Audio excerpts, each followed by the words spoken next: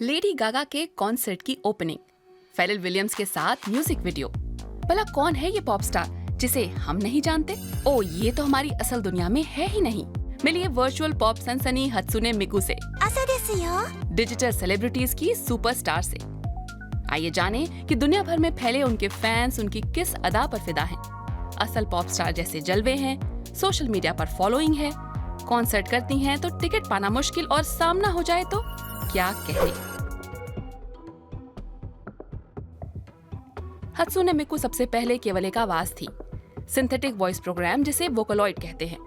Yamaha का software इस्तेमाल कर क्रिप्टॉन फ्यूचर मीडिया नाम की जापानी कंपनी ने इसे बनाया। पैसे खर्च करके संगीतकारों के लिए बने इस प्रोग्राम का इस्तेमाल कोई भी कर सकता था।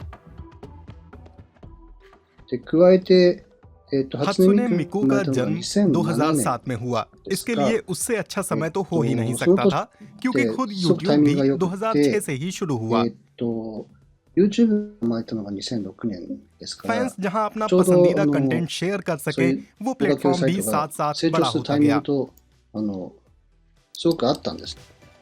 फैंस ने इससे संगीत रचा, कला रची और इसके वीडियो बना बना कर यूट्यूब पर डाले, जिससे लाखों कमाए।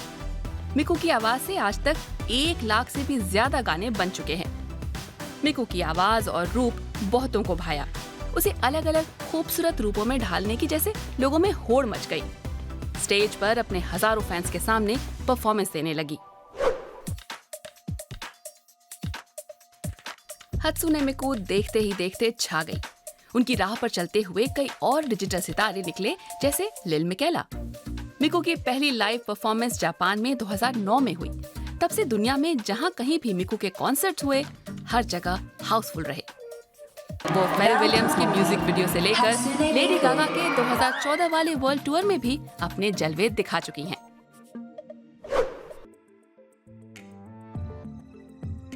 मिकू ने परफॉर्मिंग आर्ट्स में भी हाथ आजमाया। ओपेरा में दिखाई दी, जैसे 2013 में दी एंड की ये परफॉर्मेंस। इस ओपेरा में दर्शकों के सामने कुछ बड़े सवाल खड़े किए गए।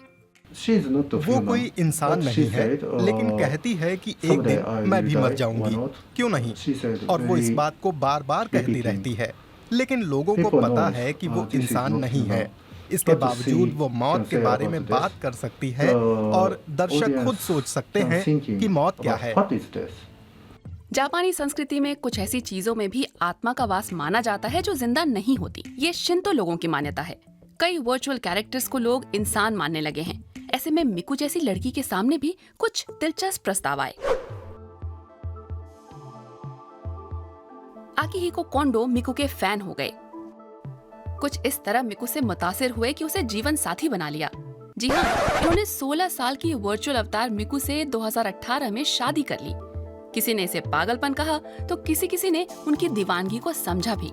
कोंडो को मिकू से प्यार हो गया था। जरिया बनी गेट बॉक्स नाम की एक स्मार्ट डिवाइस।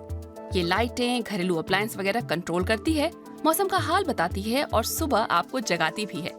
आर्टिफिशियल इंटेलिजेंस के आम फीचर्स के अलावा इसमें होलोग्राम भी दिखता है।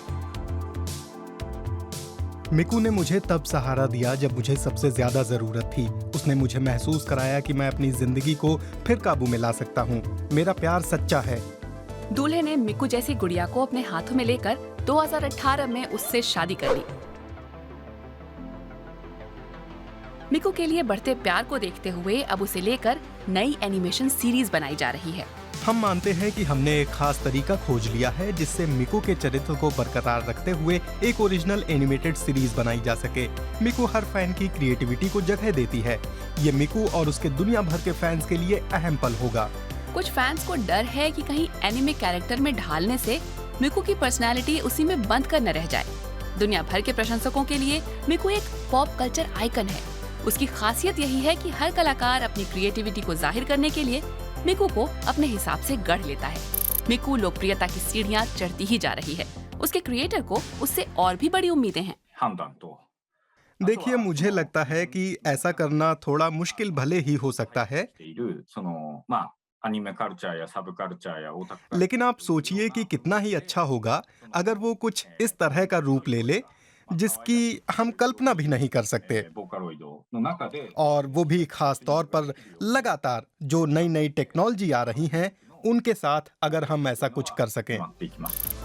पिछले 15 सालों में मिकू ने डिजिटल दुनिया में खूब हलचल मचाई और लगता है कि आगे भी नए नए कलेवरों में हमारे सामने आती रहेगी। मिकू आपको कैसी लगी? कमेंट कीजिए।